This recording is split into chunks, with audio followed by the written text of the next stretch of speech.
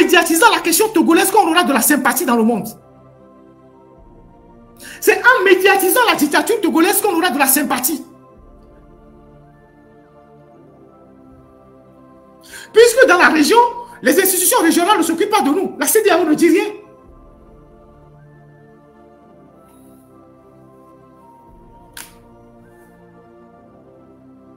Ceux qui ne maîtrisent rien là, calmez-vous.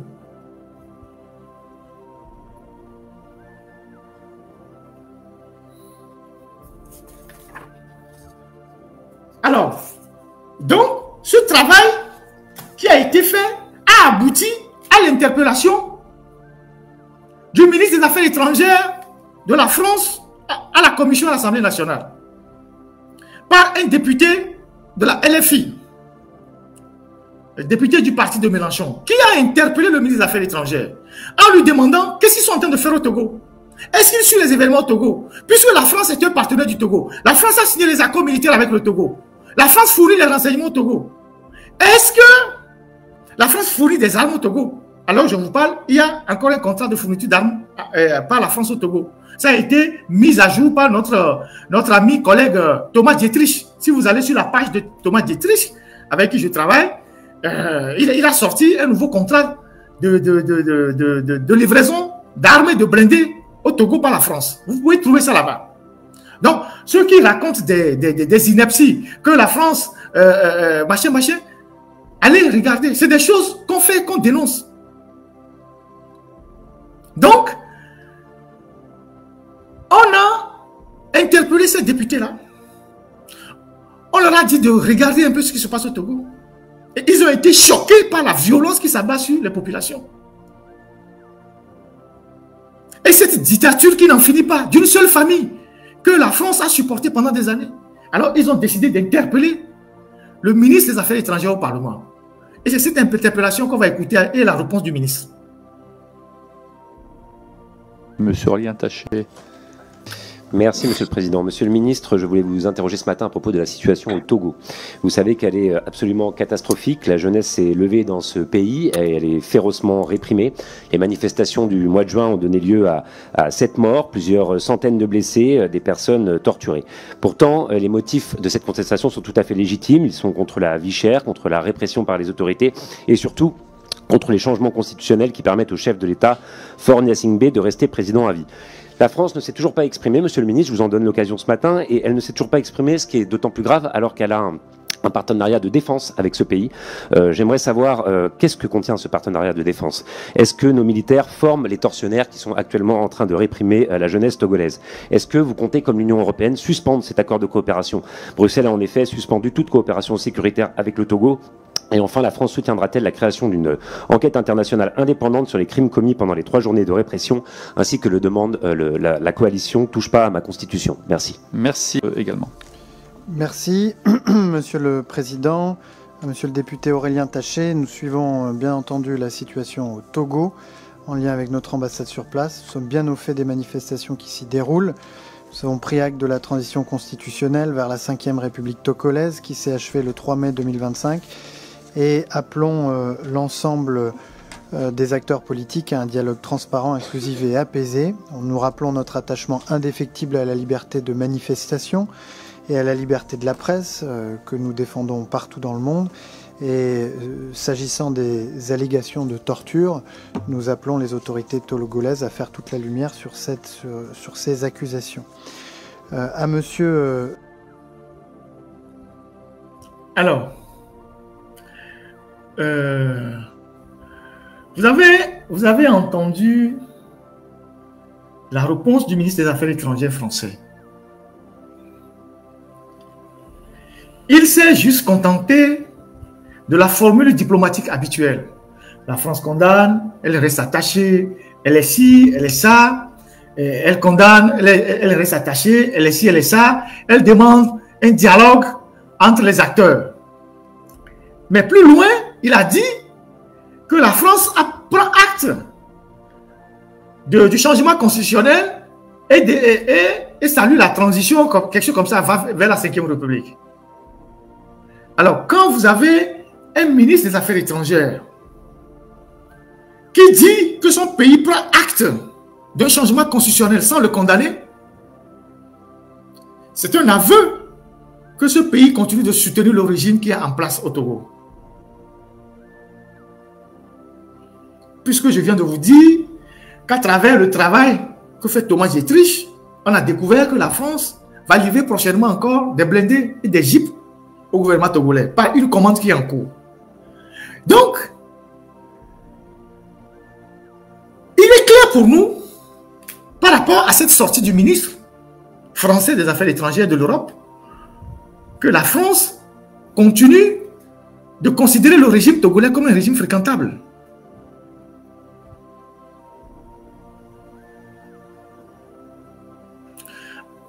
En tout cas, le pouvoir français continue de présenter le régime togolais comme un régime fréquentable.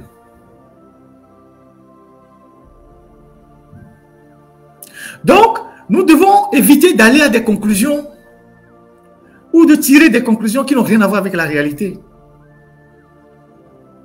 La réalité diplomatique est autre chose.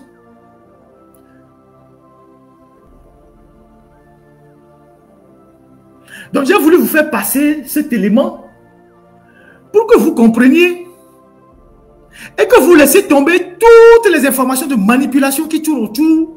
Dès qu'on commence par dénoncer le régime de Faure Gnassingbé, il y a des petits zozos qui viennent, que le pouvoir togolais a financé, qui dit oui, c'est la France qui veut déstabiliser le Togo. Et la France qui veut déstabiliser le Togo, c'est après ça livrer du matériel militaire au Togo. Ça ne vous dit pas quelque chose? La France veut déstabiliser le Togo et elle s'apprête à livrer une nouvelle commande de matériel militaire au Togo. La France est en train de lâcher Faure Gnassingbé. Elle veut livrer des armes. Un journaliste parle avec des faits. Et c'est les faits qui permettent de faire une analyse. Et de l'analyse, on tire des conclusions. On ne se fie pas à la rumeur. Ce sont les faits.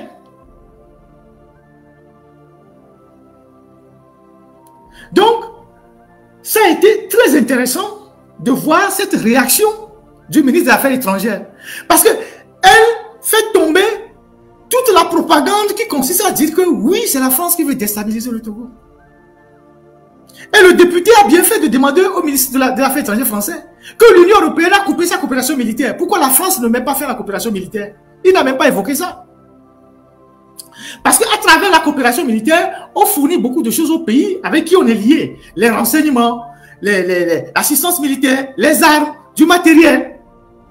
Et parfois, ces genres de matériel servent à réprimer les populations. Donc, à travers cette interpellation de ce député Aurélien Taché de la France insoumise, au moins, on a eu officiellement la position de la France. À savoir que elle continue d'être plus ou moins compatissant envers Faure Gnassingbé ou composant avec Faure Gnassingbé et son régime. Puisqu'elle prend acte de la modification constitutionnelle et de la transition. C'est ce que le ministre a dit. Donc, il faut qu'on arrête parfois de verser dans des polémiques inutiles et de nous consacrer à des faits. Quand un pays veut lâcher quelqu'un, il ne lui fournit pas les armes. Quand un pays veut lâcher un dictateur, il ne lui fournit pas du matériel de guerre.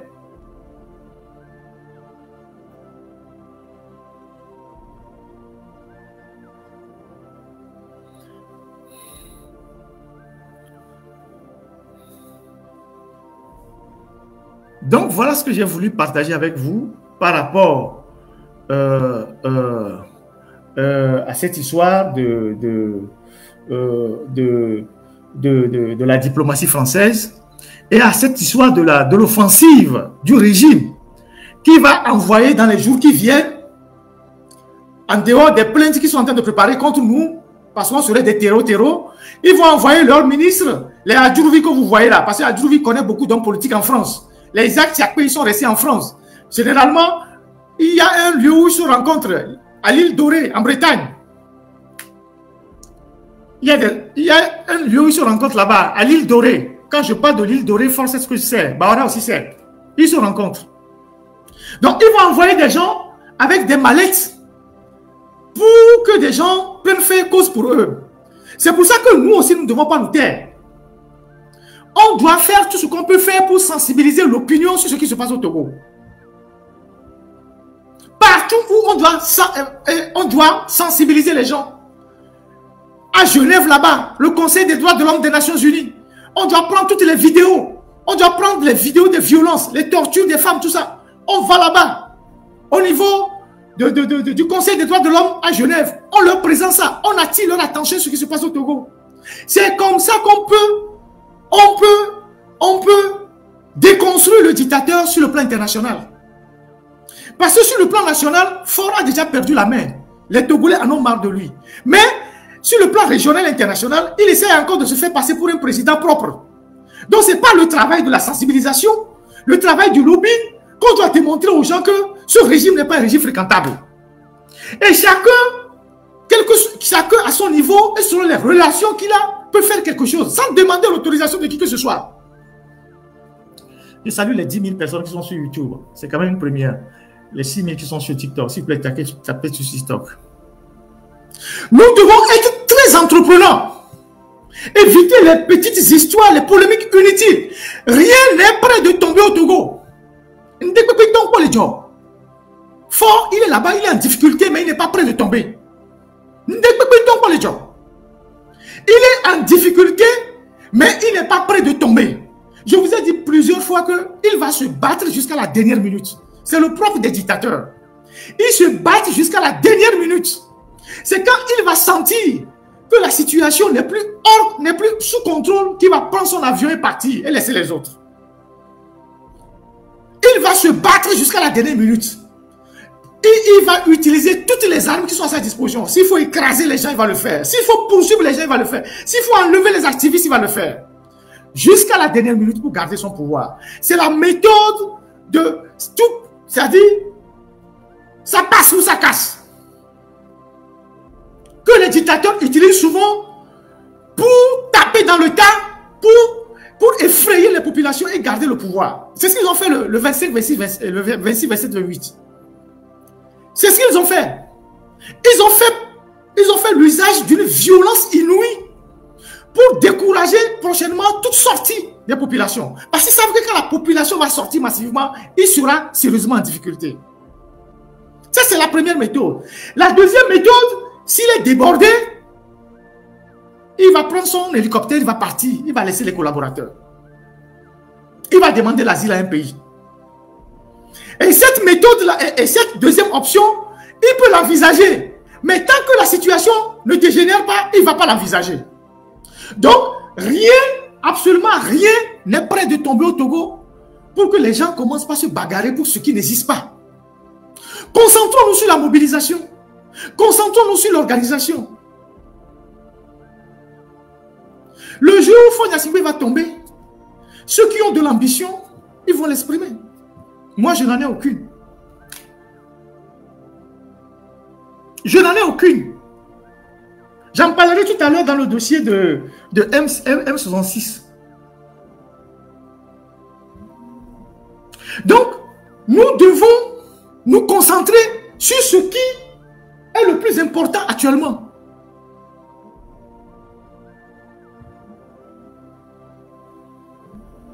Le ministre des Affaires étrangères français vient de parler. Si tu sais décoder les codes diplomatiques, si tu sais analyser les mots, les phrases, tu comprends que ce n'est pas encore le moment pour eux de lâcher fort. Et comme je viens de vous le dire, il y a une commande de matériel qui arrive. Notre confrère, comme je suis journaliste, Thomas Dietrich a sorti le contrat qui va permettre à une société française de fournir du matériel militaire au régime de Faure dans les jours qui viennent. Vous pouvez aller sur la page de Thomas Dietrich, il a sorti les documents là-bas. Donc, une puissance qui veut lâcher un pays ne lui donne pas des armes, ne lui fournit pas du matériel militaire.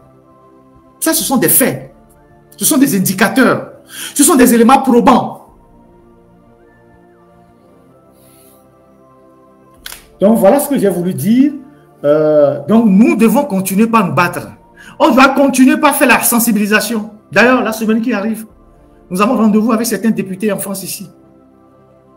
On a rendez-vous avec deux organisations. La dernière fois, dans une réunion ici, j'ai vu les gens de Santé Zizio. Je les ai abordés. Je leur ai dit, des gens de Santé Zizio. Je n'ai pas fait une réunion, mais je les ai abordés parce qu'on les a cités dans la salle. Après, je les ai abordés. J'ai dit que c'est eux qui ont foutu la merde chez nous au Togo. C'est eux qui sont venus rapprocher la famille Olympio et Adema au Togo de signer la paix. Et après, on s'est retrouvés dans la merde. Donc, ils viennent terminer le travail qu'ils ont commencé à faire au Togo. Les gens de Santé Zizio. Je les ai vus.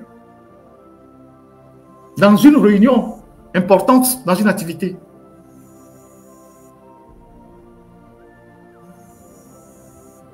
Vous voyez? Donc, continuons par sensibiliser les gens. Nous verrons des députés la semaine prochaine. On va leur expliquer encore davantage ce qui se passe au Togo. Pour qu'à leur tour, une fois qu'ils sont au Parlement, parce que entre les pays, il y a ce qu'on appelle le groupe d'amitié France-Togo, il y a la coopération entre parlements, il y a tout ça. Donc quand les gens viennent ici mentir, il faut qu'ils aient un autre son de cloche pour qu'ils sachent ce qui se passe au Togo. Donc on leur parlera. Ça n'a rien à voir avec aller chercher la France pour venir régler le problème togolais. Nous sommes conscients que c'est nous-mêmes Togolais qui allons régler notre problème. Quand je vais aller sensibiliser un sénateur américain pour qu'il parle du Togo ou bien qu'il interpelle le gouvernement américain, ça ne veut pas dire que je suis en train de chercher le gouvernement américain pour venir régler le problème du Togo. Non. Quand je vais aller chercher un député des Verts en Allemagne pour qu'il sensibilise le gouvernement allemand sur les dégâts au Togo, ça ne veut pas dire que je fais appel à l'Allemagne pour venir changer quoi que ce soit au Togo. Je fais de la sensibilisation. Comme le gouvernement aussi fait sa diplomatie. Je suis en train de porter le problème du Togolais sous les projecteurs. Comme le gouvernement aussi passe chez les gens pour noyer la vérité. C'est ce travail-là que nous n'avons pas fait pendant des années. Et on est resté là, le Togo est devenu un vase clos où on tue les gens et personne ne sait. Où on massacre les gens et personne ne sait. Où on assassine les gens et personne ne sait. Maintenant, on ne peut plus assassiner les Togolais comme ça. Le jour où il y a de la violence dans une manifestation au Togo, nous avons médiatisé ça. Nous avons interpellé les gens. Nous avons même cherché à savoir les pays qui fournissent les gaz lacrymogènes. Thomas Dietrich et moi, plus une autre collègue. On a recensé tous les pays à travers les échantillons des gaz lacrymogènes, les pays qui ont fourni les gaz lacrymogènes. Il y a des Togolais qui servent d'intermédiaires dans ces transactions d'armes. Nous allons les exposer. Donc on n'est pas là pour nous amuser. Le gouvernement togolais sait. C'est pour ça qu'il veut venir nous poursuivre. Il sait le travail qu'on fait. Parce qu'ils ont les renseignements. Ils savent ce qu'on est en train de faire. C'est pour ça qu'ils veulent nous intimider. Ils savent. Depuis 2017, c'est encore aujourd'hui, 7 ans plus tard, qu'on a eu autant de médiatisation du problème togolais. Ce n'est pas tombé du ciel. Depuis 2017, même en 2020, il n'y a pas eu autant de médiatisation. Qu'on a une médiatisation jusqu'à Al Jazeera, Washington Post du problème togolais. Ce n'est pas tombé du ciel. Nous sollicitons des amis partout. On a des journalistes partout. On est dans des réseaux. Moi, je suis lauréat du prix mondial de la liberté. Vous imaginez ce que c'est? Généralement, je suis modeste. Mais vous savez ce que c'est? Ça ouvre toutes les portes. Je suis lauréat du prix mondial de la liberté. De presse. Ça ouvre toutes les portes.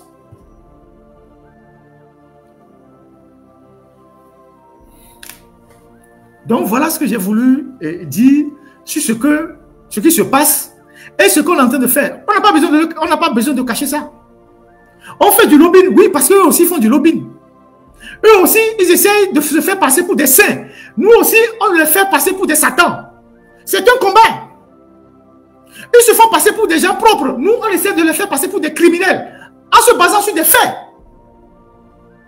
Nous, on n'invente rien. Nous, on présente les faits. C'est ça. Donc, ce travail-là, il incombe à nous tous. Il incombe à nous tous. Tous ceux qui connaissent quelqu'un quelque part, Tous ceux qui ont des entrées quelque part. Je sais que certains le font déjà. Partout où ils peuvent faire quelque chose, il faut le faire. Donc, c'est ça. Voilà ce que j'ai voulu partager avec vous sur ce volet que j'ai réservé à la diplomatie. Maintenant, on va parler de la répression.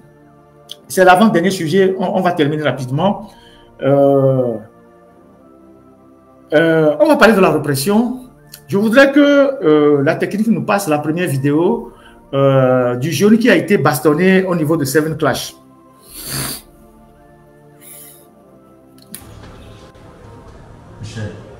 Voilà, mais même le profil là.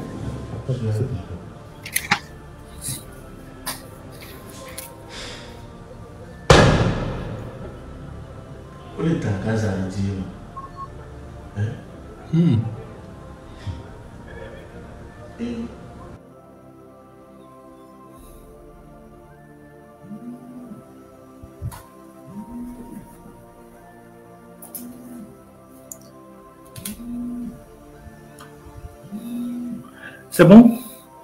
Vous avez vu comment ce jeune homme s'est fait passer à tabac par une unité de la gendarmerie. Le véhicule a été identifié. On sait plus ou moins quelle unité. Mais est-ce que c'est la gendarmerie ou c'est les militaires? Mais c'est un véhicule de gendarmerie. Et vous savez que je vous ai dit que dans ces unités-là, on habille les militaires en policiers et en gendarmes pour faire des dégâts. Donc, ces gens-là, beaucoup sont venus, sont des bérets rouges qu'on a fait venir à Lomé et à qui on a payé 5 000 francs par jour pour aller bastonner les gens. Et depuis 4 jours, on leur a dit qu'ils vont faire 3 jours, ils sont là depuis. Ils sont actuellement en manque de nourriture. On ne leur donne plus les 5 000 francs par jour. Il y avait un bourdonnement dans leur rang que j'ai appris hier. Et vous savez le mode opératoire, vous pouvez enlever la vidéo. Vous savez le mode opératoire qu'ils ont utilisé. Je l'ai expliqué la dernière fois avec le Tchadien qui a été bastonné au niveau de la colombe parce que le Tchadien était sur la dalle de sa maison et il voyait les soldats violenter un passant. Et il soupçonne que le Tchadien a pris les photos. Et ils sont rentrés dans la maison, ils ont pris le Tchadien, ils l'ont roué de coups, ils se sont rués sur lui, ils l'ont bastonné jusqu'au sang. Et comme le Tchadien était inconscient, qu'est-ce qu'ils ont fait? Ils ont traîné son corps, qu'ils sont allés jeter sur les rails au niveau de Bonsimé. Donc, ils l'ont éloigné d'au moins 2 à 3 km de son domicile. Ils ont pris son corps, qu'ils sont allés jeter sur les rails de Bonsimé, ils l'ont laissé pour mort. Et c'est comme ça que les gens l'ont retrouvé et que les gens ont commencé par le soigner. Donc, le jeune homme là qu'ils ont tabassé là, à Seven Clash, c'est sur le boulevard, c'est à côté du boulevard, à Seven Clash. Ils ont pris son corps, comme il était inconscient, ils se sont dit certainement qu'il va mourir. Ils sont allés le jeter dans un champ à Pomé. Pomé, c'est en allant vers Haotoué. Ils ont pris le gars et ils sont allés le jeter dans un champ à Pomé pour effacer les traces. Donc, ils ont pris la victime depuis Seven Clash qu'ils ont mis dans leur véhicule. Ils sont allés le jeter dans un champ à Pomé.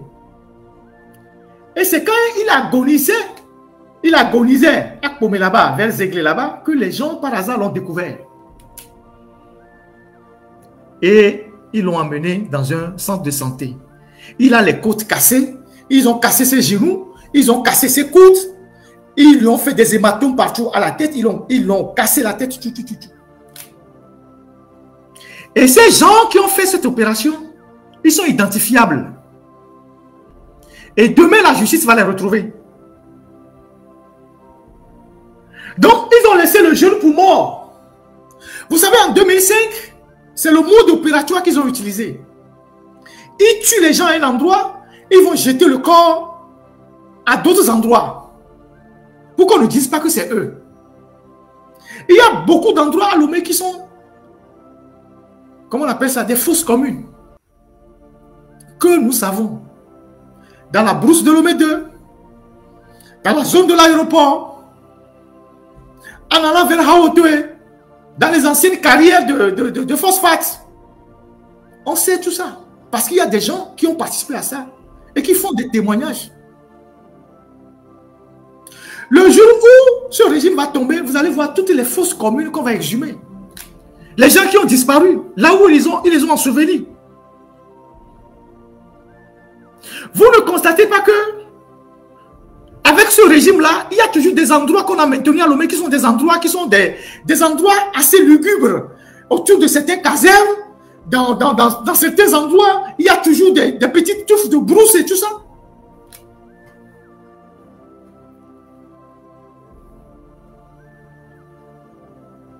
Là où ils ont dissimulé certains morts en 2005. Il y a des gens qui ont participé à ça. Et comme c'est des gens parfois qu'on abandonne après avoir fait le sale boulot, les gens parlent.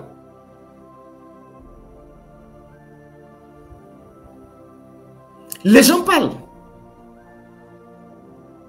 Si on te prend par hasard, comme ils sont allés jeter le gars à Pomé là-bas, dans la zone phosphatière, s'ils avaient pris le gars pour aller jeter, vous savez, quand vous allez vers Haotoué, là-bas, dans toutes ces zones-là, il y a carrément, comment je dirais ça? C'est des crevasses énormes, des grands lacs qui ont été créés par l'exploitation de phosphate. Et dans certains étangs qui sont aussi larges que pratiquement un terrain de football, l'eau s'est accumulée pendant longtemps. Ça a créé un écosystème. Il y a des crocodiles dedans. Il y a des sauriens dedans. Il y a des sauriens dans ces étangs-là. Donc quand on va jeter quelqu'un là-bas, personne ne saura jamais le retrouver. Parce qu'on l'a jeté dans une mare aux sauriens. Le saurien, c'est le nom scientifique du crocodile.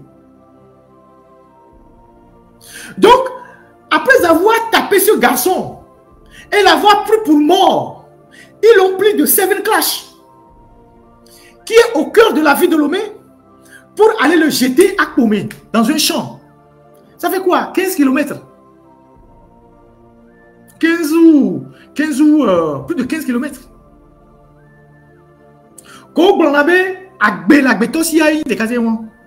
Je ne sais pas dans quel état il est. Mais quand ils ont appris qu'il est vivant, ils sont en train de le chercher pour le terminer. Quand ils ont appris qu'il est vivant, ils sont en train de le rechercher pour le terminer. Parce qu'il est un témoin majeur pour les exactions qu'ils ont commises.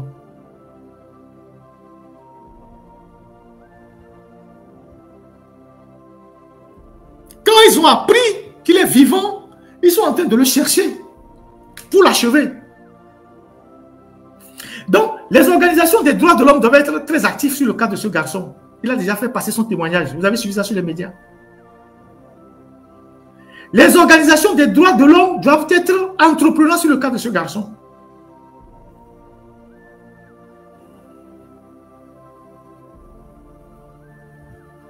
Quand on dit qu'on a affaire à un régime diabolique, c'est ça.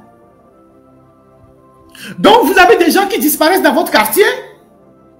Quelqu'un peut disparaître à Baguida, on va retrouver son corps à Pogan. Comment il s'est retrouvé à Pogan? Personne ne sait. Vous allez voir quelqu'un, on le prend à Djidjolé, vous retrouvez son corps sur la route de Badja. Dans la brousse. C'est le mode opératoire qu'ils ont utilisé. Ne vous inquiétez pas, les blogueurs l'ont beaucoup aidé. Quelqu'un pose la question si les blogueurs l'ont aidé. Beaucoup aidé. Beaucoup. Vous comprenez? Vous comprenez? Donc, on l'a dit où amélifier. Alors, on l'a dit pour mais quelqu'un a un mais yakoua, on l'a coco doit me on l'a sauvé dans le TV modi dans la V affilée. Et pour me tomber dans la fille on l'a dit à Puis si nous quoi mais les BMW au point mais les sur les BMW mais tangle dans la via na mais akuti gbeti mais mais les premiers jamais que les. Et donc les gens font ça au Togo. Et les Isaac Tiakpe, alors que leurs oreilles de merde viennent dire sur les médias que le Togo c'est un pays qui se porte bien. Parce que toi tu as un salaire de ministre à la fin du mois. Et tu as mis une cravate de merde.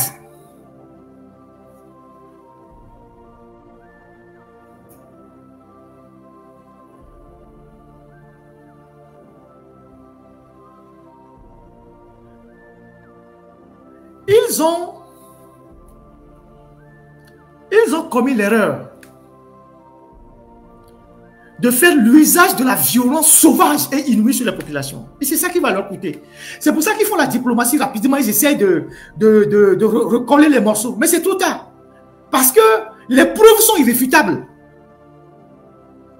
Aujourd'hui, Faure est un président isolé. Il est totalement isolé.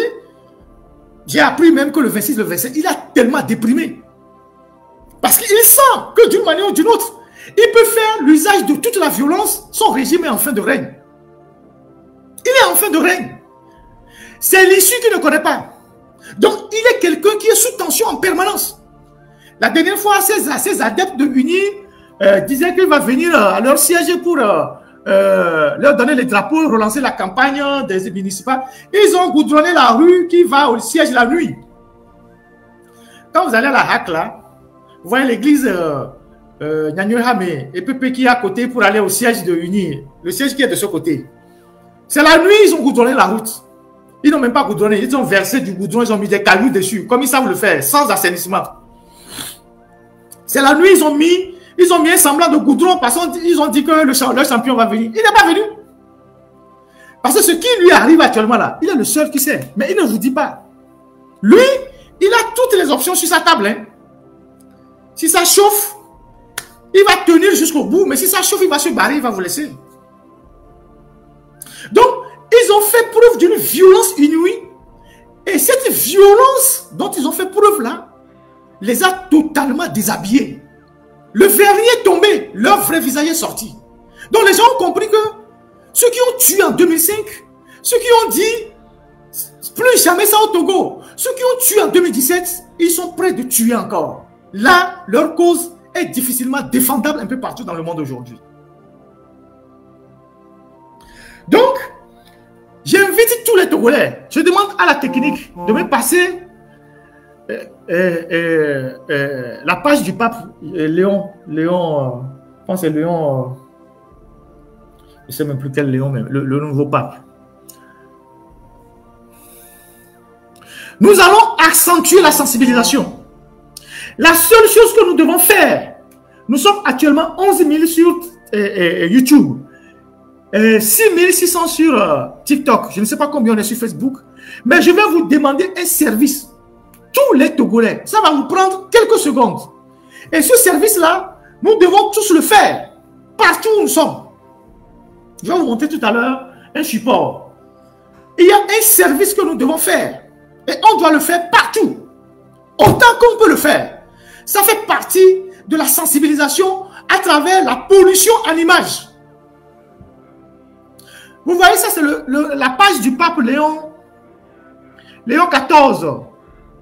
Sa page française.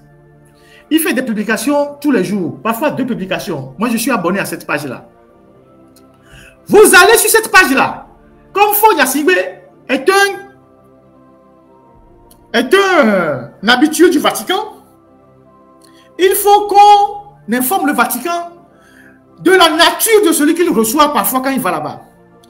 Vous irez sur cette page du pape. Toutes les photos de violence, les photos des femmes qui ont été torturées, vous mettez en commentaire. Quel que soit le message que le pape publie, vous venez, vous mettez seulement les commentaires. Vous mettez les commentaires. Vous mettez les photos, vous mettez les commentaires. Vous, si il est sur Twitter, vous faites pareil. S'il est sur Instagram, vous faites pareil. Vous allez sur la page de Donald Trump, vous faites pareil. Donald Trump, il fait beaucoup de tweets par jour. Dès qu'il fait un tweet là, vous ramassez toutes les images du Togo, vous mettez en bas là-bas, vous commentez en anglais. Vous faites pareil pour les Macron, tout ça là, Allemagne, tout ça, Bruxelles. Quand nous allons envahir les pages de ces gens-là, parce qu'ils ont des community managers, Ils ont des gens qui font le monitoring de leur page. Sur la violence qui s'abat sur les gens au Togo, ils vont interpeller le gouvernement togolais. Jamie le fait déjà très bien. Il faut qu'on accentue ça sur certains dirigeants du monde. Et on nous a dit la dernière fois que Donald Trump a félicité Fonya Simbe, non? Maintenant, Donald Trump appelle les présidents aux États-Unis. On ne l'a pas appelé. Il n'a pas appelé. Donc, voilà ce que j'ai voulu partager avec vous. Il faut qu'on envahisse les pages de toutes ces grandes personnalités constamment, pas seulement aujourd'hui. Tout le temps qu'on a l'occasion, hein, on a seulement 1 minute. Ça prend 1 minute. On met ça. Oui, Poutine, tout, vous mettez. Poutine, Xi Jinping, tout ça. Tout ce que vous connaissez dans le monde. Vous mettez seulement dans les commentaires. Dites que voilà ce que le régime togolais fait de ses enfants qui demandent la liberté. Puisque eux, ils payent des voyous qui sont des Indiens, des Turcs pour venir faire des commentaires à la con sur nos pages.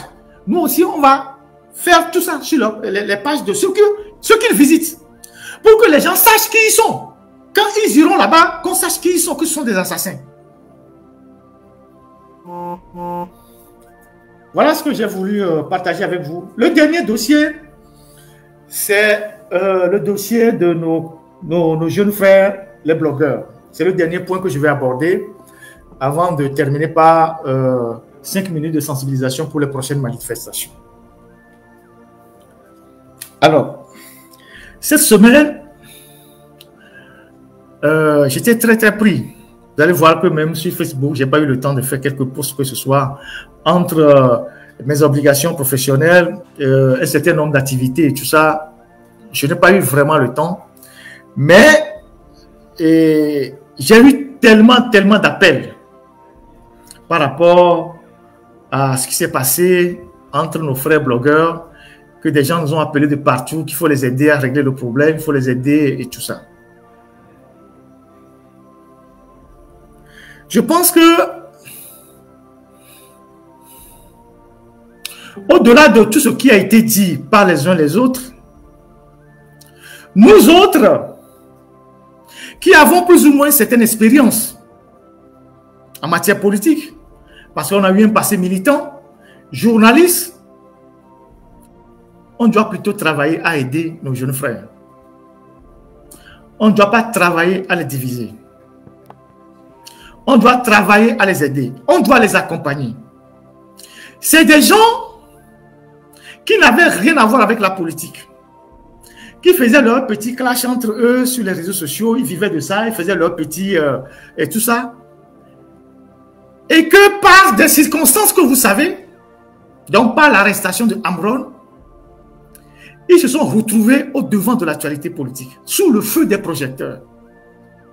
C'est des gens qui n'ont aucune connaissance dans la politique. C'est des gens qui n'ont jamais fait la politique. Mais il se fait qu'aujourd'hui, c'est eux qui se retrouvent des donneurs de mots d'ordre pour que le pays bouge. Autant qu'ils sont avec leurs forces et leurs faiblesses. Ils sont avec leur passé et leur présent.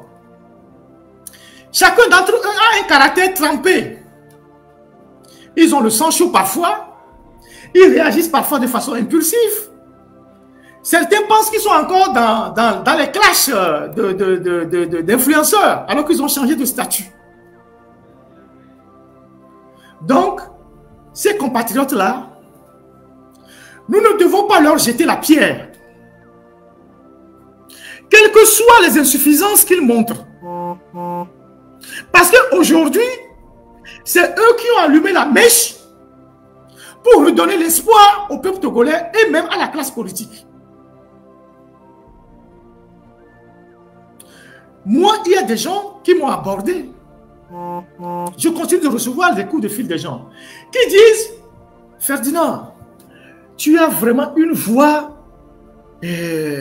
crédible au Togo. Tout le monde t'écoute au Togo.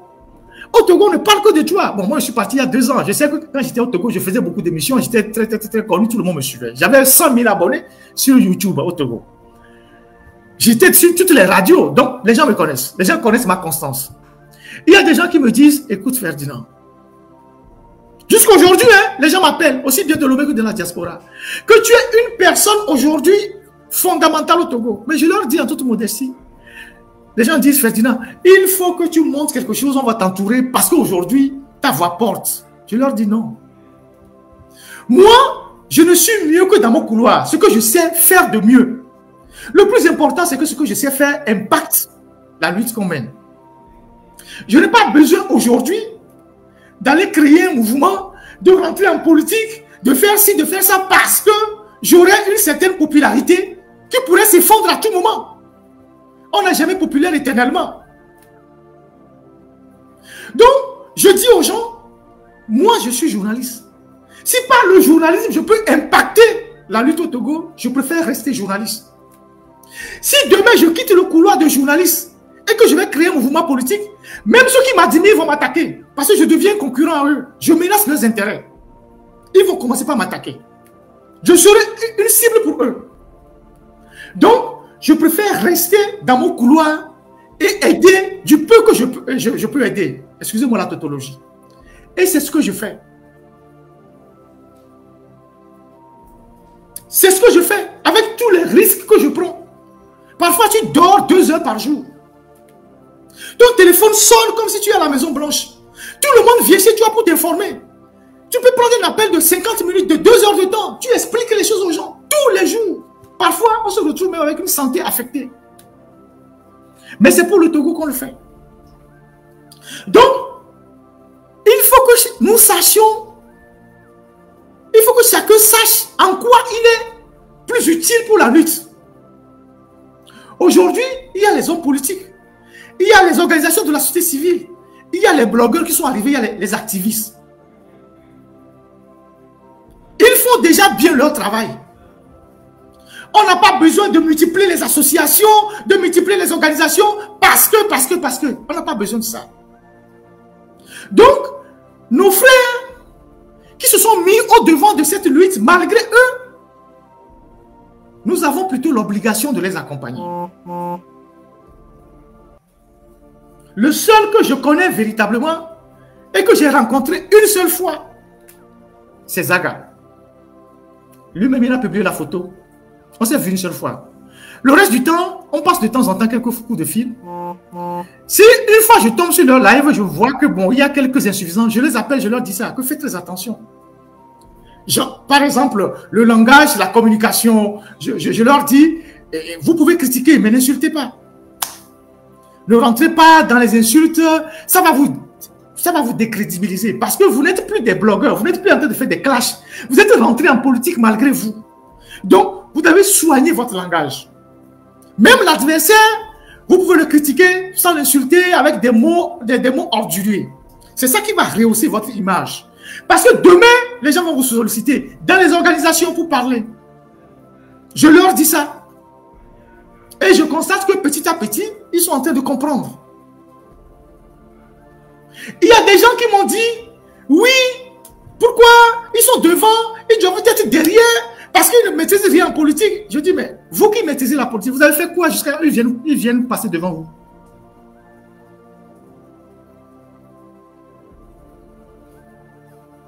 C'est eux qui ont allumé la mèche.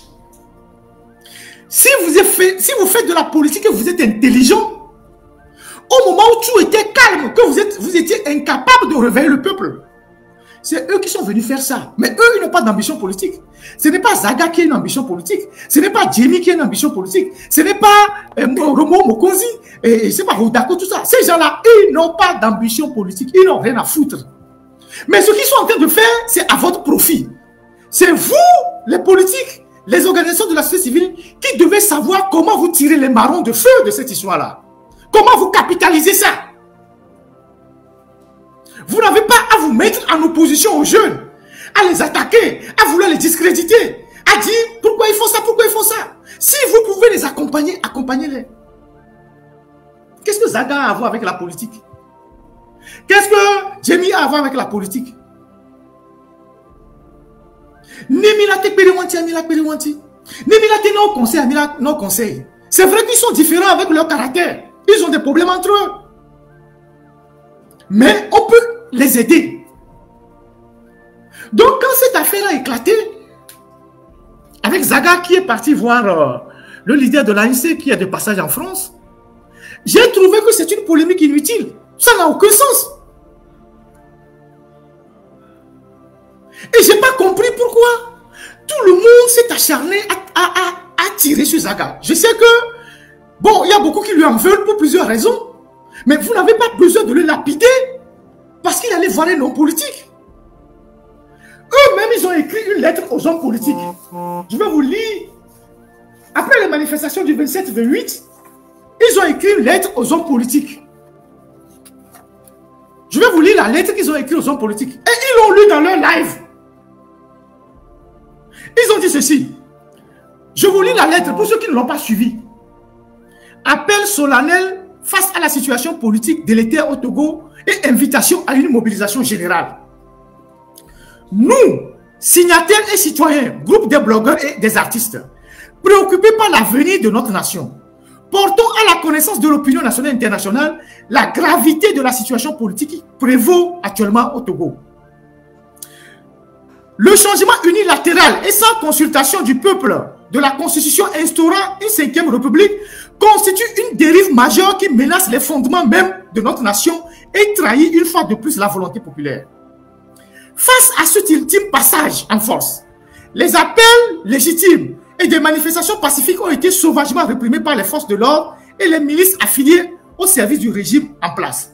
À ce jour, le bilan est lourd, 7 morts, tout le moins de nombreux blessés, dont des cas graves des disparus.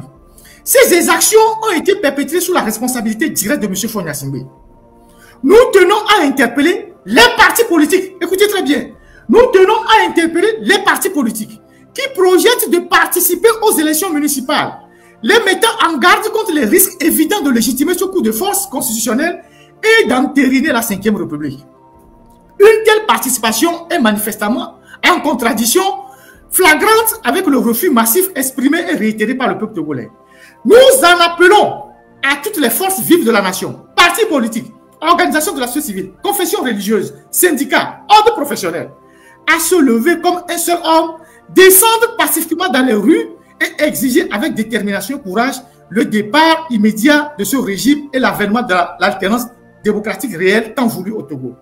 L'heure est historique que chacun prenne la pleine responsabilité la pleine mesure de ses responsabilités devant le peuple et devant l'histoire. Le décès du Togo se joue ici et maintenant. Se taire, c'est être complice. Se détourner, c'est trahir la mémoire des citoyens. Que l'Éternel bénisse le Togo. La tête ont signé Zangabambo Kodjo Togo, Togo PC Romeo Mukonzi, Jamie Rodako. C'est le courrier qu'ils ont adressé aux responsables politiques. Eux-mêmes, ils l'ont lu dans leur live. Qu'ils ont adressé un courrier aux responsables politiques. Donc c'est en réponse à ce courrier-là, parce que certains responsables politiques ont réagi. Mais comme M. Fabre était de passage à Paris, il a souhaité le voir physiquement. Si c'est Mme Adjamago qui passait à Paris, elle va le voir. Si c'est à Pévon, il va le voir. Si c'est le professeur Dossé, il va le voir. La seule chose qu'on peut reprocher à Zaga, c'est qu'il est parti le rencontrer sans informer les autres. Ce n'est même pas une faute. C'est un détail qu'ils vont régler entre eux. Sinon, c'est eux-mêmes qui ont écrit aux partis politiques pour s'entretenir avec eux. Actuellement, il y a des partis politiques à Lomé qui veulent faire une rencontre par Zoom avec les blogueurs à la suite de cette lettre-là. Il y a d'autres qui ont réagi quand on leur a envoyé les documents. Donc, il n'y a aucune polémique que M. Zaga soit parti voir M. Fabre. Il n'y a aucune polémique. C'est d'ailleurs même une preuve de maturité. Nonobstant tout ce qu'on peut croire.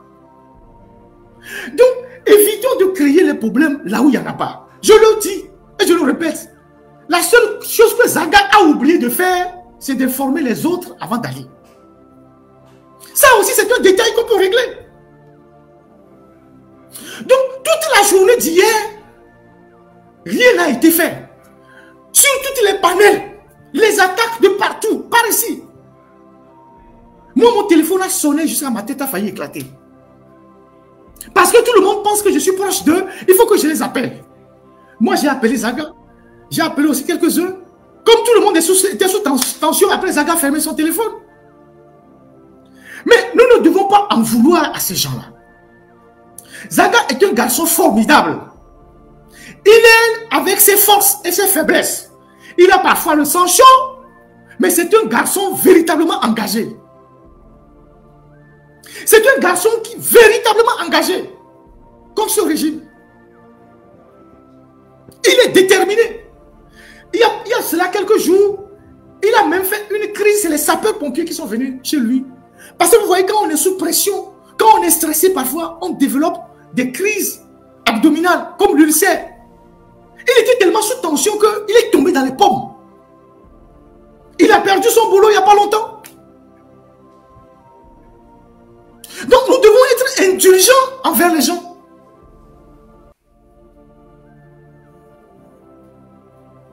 Et s'il y a un problème, au lieu de sortir sur la place publique pour les écraser, je sais que quand vous êtes quelqu'un, que vous faites quelque chose, que tout le monde veut faire la même chose, le jour où vous commettez un faux pas, tout le monde veut vous régler les comptes. Tout le monde veut vous régler les comptes. Donc tout le monde a essayé de le descendre. Ça ne participe pas à la lutte. Donc, toute la journée de vendredi et de samedi, au lieu de sensibiliser les gens pour les prochaines manifestations, on a passé tout le temps à parler de cette photo-là, de Zaga, de tout. Maintenant que les partis politiques qui ont reçu la lettre aussi, ils vont faire une Zoom conférence avec les jeunes. Vous allez dire quoi? Qui sont aussi des traîtres? Qui ne doivent pas les parler? Mais ils sont en train de chercher les voies et moyens de mobiliser tout le monde. Et comme les partis politiques ont aussi encore des militants, et comme les partis politiques ont dit qu'ils vont aux élections, il faut trouver la formule qui arrange tout le monde. C'est ce travail-là qu'ils sont en train de faire. Donc, moi, ça m'a fait très mal que tout le monde ait commencé par se ruer sur lui, alors qu'il se bat déjà, il dépense énergiquement. Il a tous les problèmes pour l'assommer parce que je ne sais pas. Non. Soyons sérieux. Soyons sérieux. Hier, avec plusieurs amis, on a essayé d'éteindre l'incendie. De parler à tout le monde. De leur dire, calmez-vous, parce que c'est le peuple togolais qui vous regarde.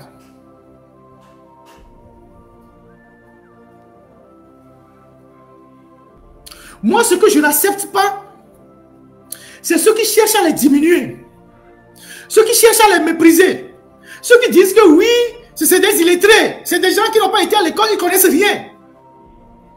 Vous qui avez la science infuse, qu'est-ce que vous avez pu faire jusqu'à ce que c'est eux qui viennent allumer la mèche?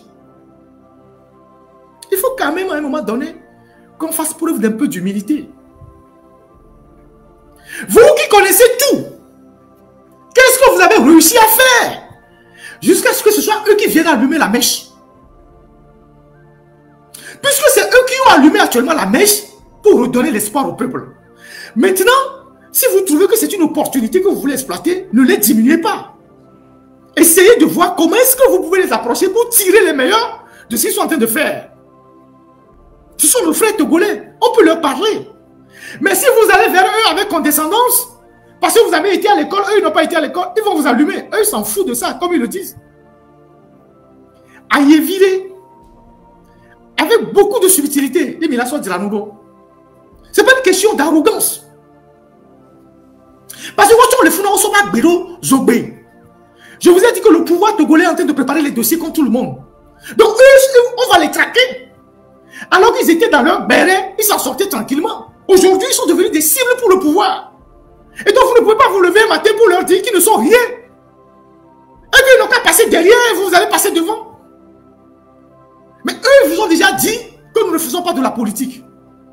C'est l'arrestation de notre frère Amouron qui nous a amenés dans cette histoire.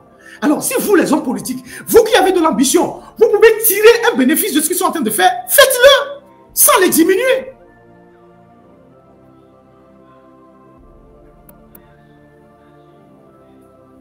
Donc, nous devons savoir raison garder. Que chacun calme ses ardeurs.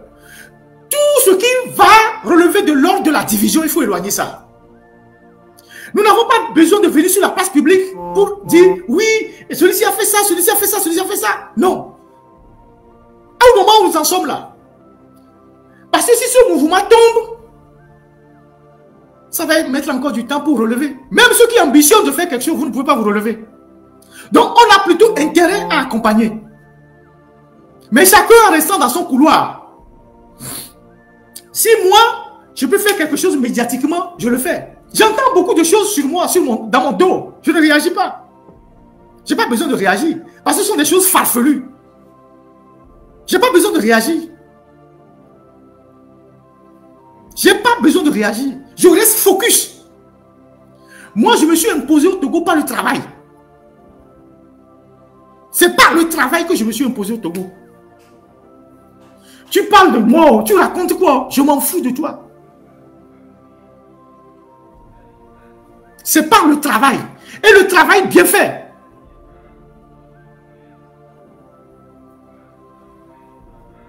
Mais je ne m'en vante pas. Je ne joue pas les connaisseurs. Je ne viens pas dire, ah, et moi, si sans moi, rien ne va se passer. Non.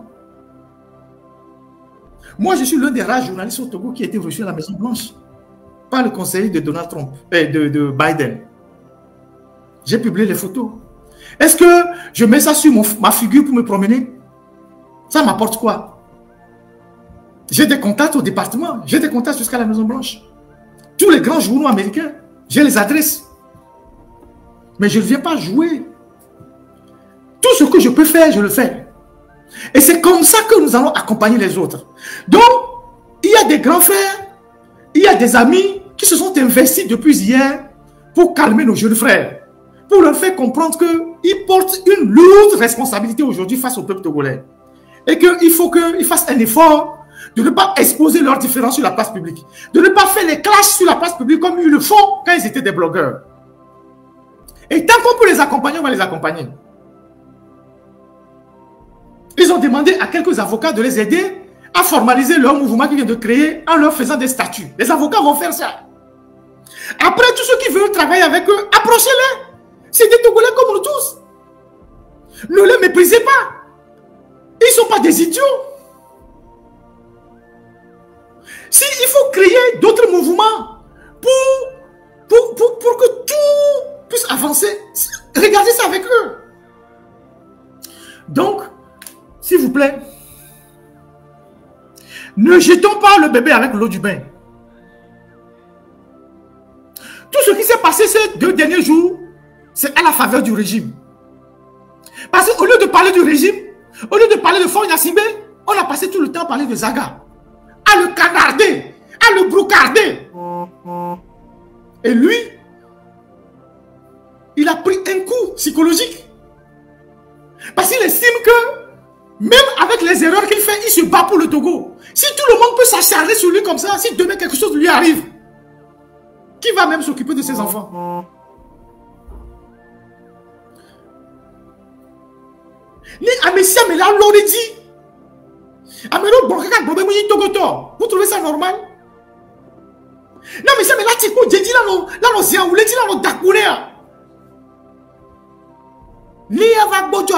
dit.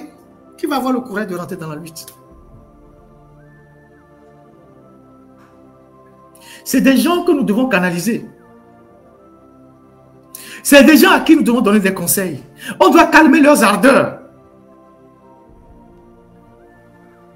Ils n'ont aucune expérience. D'accord. Mais c'est eux qui ont allumé la mèche. J'ai lu ce matin un très bon test du grand frère Eric Wananou sur les Black Panther Party aux États-Unis. Ils sont venus de tous les milieux comme ça. Il a rappelé leur histoire. Comment est-ce qu'ils se sont disloqués après avec la manipulation du régime, avec le FBI aux États-Unis. Et comment certains ont été arrêtés. Moi, je me rappelle que quand j'étais étudiant, j'ai signé la pétition d'Amnesty International pour Abdoul Moumia Jamal. Ils n'ont pas la conscience des Black Panther Party, mais ils sont arrivés comme ça, comme un cheveu dans la soupe. Il faut les accompagner. Et ce qu'ils sont en train de faire aujourd'hui, c'est tous ceux qui ont l'ambition politique qui vont tirer le meilleur profit. Si demain, pas extraordinaire, extraordinaire. Je le dis comme ça, hein, c'est une probabilité. On va fort et acculé et demande de dialoguer avec la classe politique. C'est Zaga qui va aller dialoguer. Ou bien c'est Jamie. C'est vous les hommes politiques. C'est vous les organisations de la société civile. C'est vous les activistes qui allez à ce dialogue-là. Donc le travail qu'ils sont en train de faire, ils le font aussi pour vous. Ils le font pour vous redonner du tonus. Donc, s'il vous plaît, ne dépépétez les joies. Il faut faire un effort pour régler ça, pour accompagner les gens. On n'a pas besoin de les exposer. Il y a beaucoup de choses que je n'ai pas besoin de vous dire ici.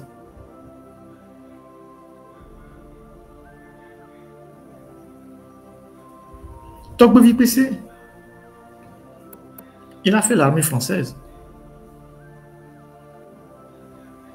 Il a fait le Mali, le Tchad, je pense la Centrafrique. Vous pensez qu'il est idiot? Quelqu'un qui allait faire la guerre au front? Vous dites qu'ils sont des illettrés. Vous pensez qu'il est idiot? Il ne peut pas dessiner un schéma de guerre?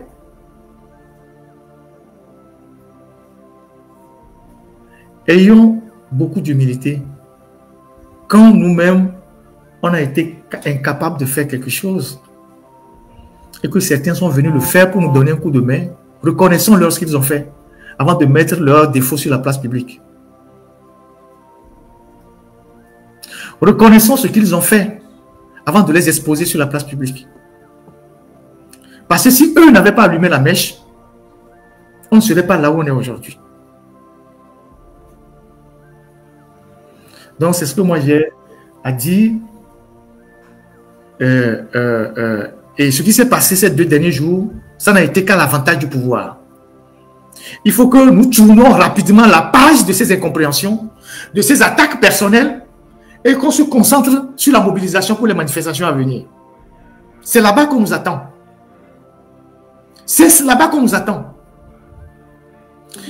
Le reste, les grands frères qui se sont manifestés volontairement, ils vont les aider à s'entendre. Il y a même une idée qui consiste à mettre un médiateur entre eux. Quelqu'un d'un certain âge qui essaie de les coacher et de régler leurs problèmes internes. Cette idée est apparue. On va leur présenter ça aujourd'hui. Pour qu'il y ait quelqu'un qui est là, une personne de référence, qui participe à les aider, à calmer leurs ardeurs. Tout ça, on y réfléchit. Et aussi à parler aux autres mouvements. Les autres mouvements qui sont là pour qu'il n'y ait pas de guerre entre eux.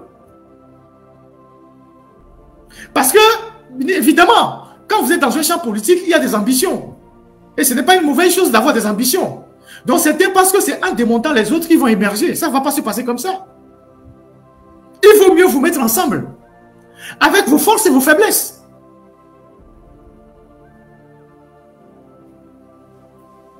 Je le répète. Moi, j'entends beaucoup de choses. Sur mon dos. Des gens qui racontent. Des médisances. Moi, je ne réagis pas. Si ma tête ne te plaît pas, moi, j'ai rien à foutre. Je ne suis pas ton mari ou je ne suis pas ta femme. J'ai rien à foutre.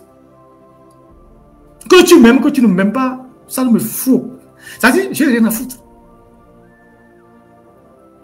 Moi, ce que je peux faire, je le fais. Et je le fais toujours avec la grandeur. J'ai fait des études d'histoire. Vous savez ce qu'on dit en histoire? Nous qui avons étudié l'histoire, ou les historiens, nous sommes des nains juchés sur les épaules de géants. Nous sommes des nains juchés sur les épaules de géants. Ce qu'on voit, il y a des gens qui ne le voient pas. Je vous ai parlé de comment Faure Gnassingbé voulait utiliser l'AES. Aujourd'hui, on y est. Les gens m'en ont voulu. Les gens m'ont traité de tous les noms d'oiseaux. Les gens m'ont dit, oui, je suis un vendu. Aujourd'hui, ou fort en difficulté, vous voyez que ce sont les gens de l'AES qui viennent à son secours. Vous voyez ça? Vous le voyez, non?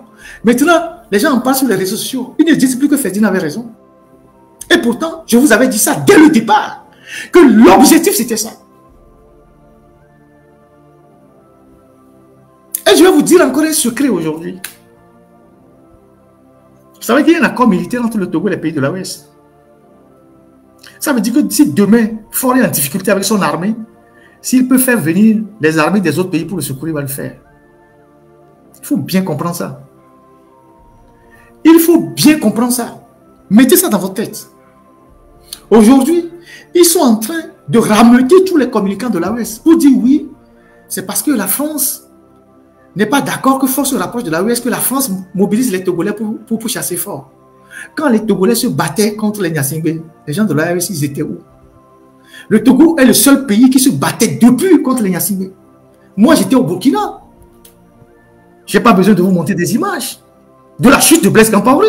J'étais avec tous mes amis, les Smoké, les Hervé Ouattara, les maîtres Hervé Kam qui sont aujourd'hui en prison. Je travaille avec eux.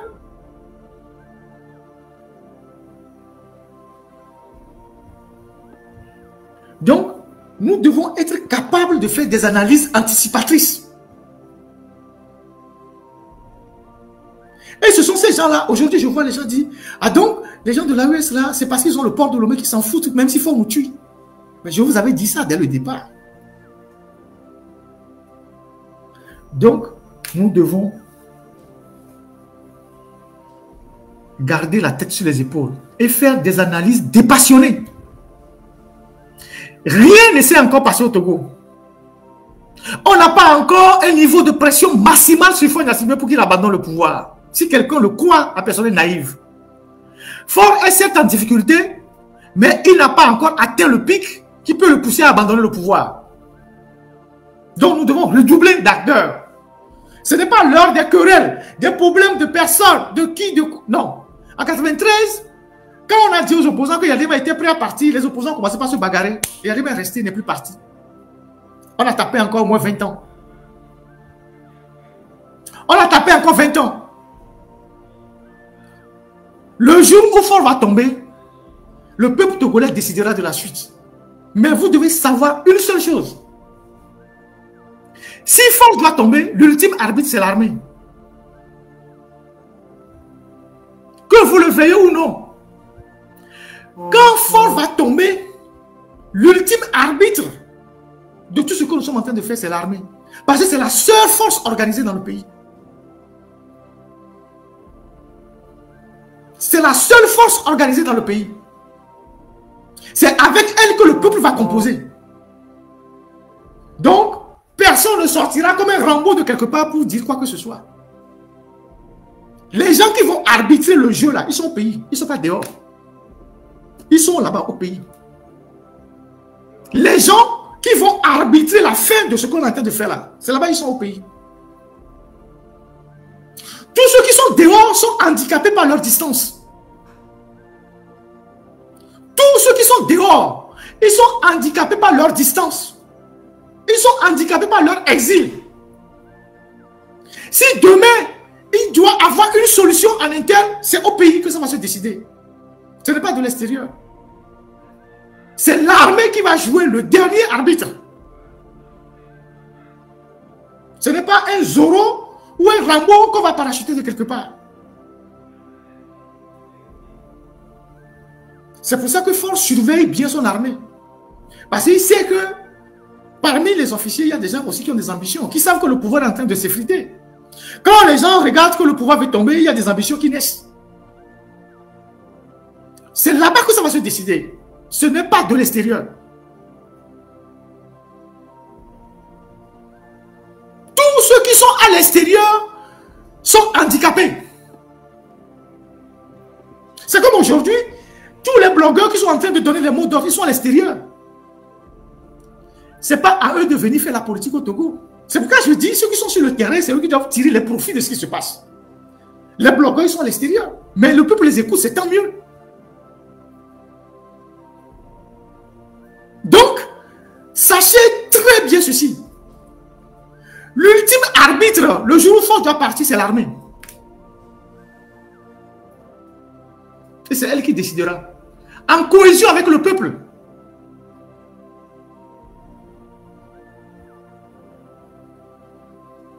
Donc voilà ce que j'ai voulu partager avec vous.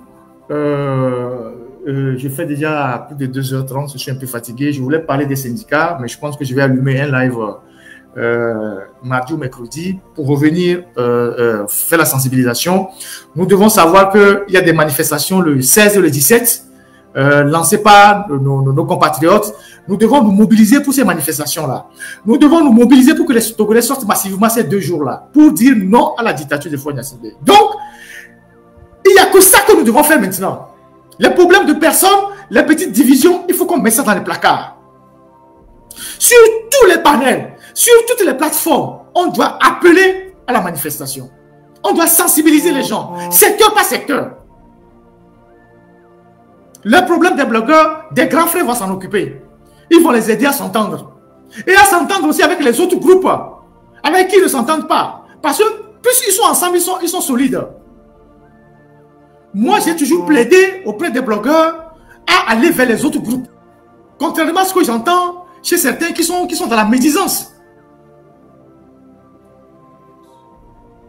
J'ai toujours demandé d'aller voir les autres pour qu'ils se mettent ensemble, pour éviter des problèmes, pour qu'ils s'échappent sur la place publique.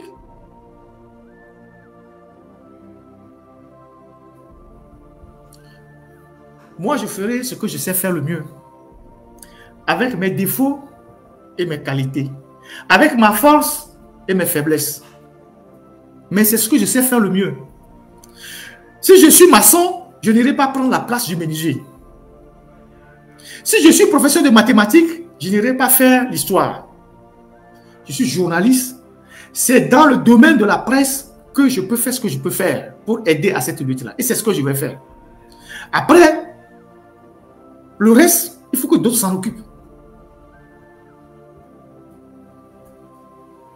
Donc voilà ce que j'ai voulu partager avec vous ce dimanche, en priant que la paix revienne entre nos frères blogueurs, que la sérénité revienne entre eux.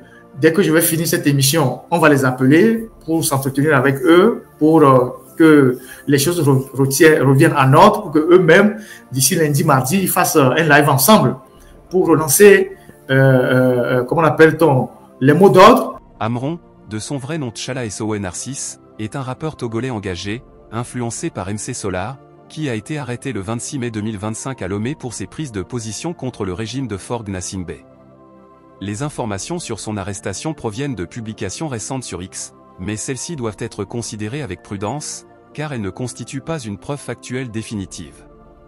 Pour plus de détails sur sa situation actuelle, il serait nécessaire de consulter des sources supplémentaires ou des rapports officiels. J'ai appris, sans aucune surprise, l'arrestation du rappeur togolais en rond.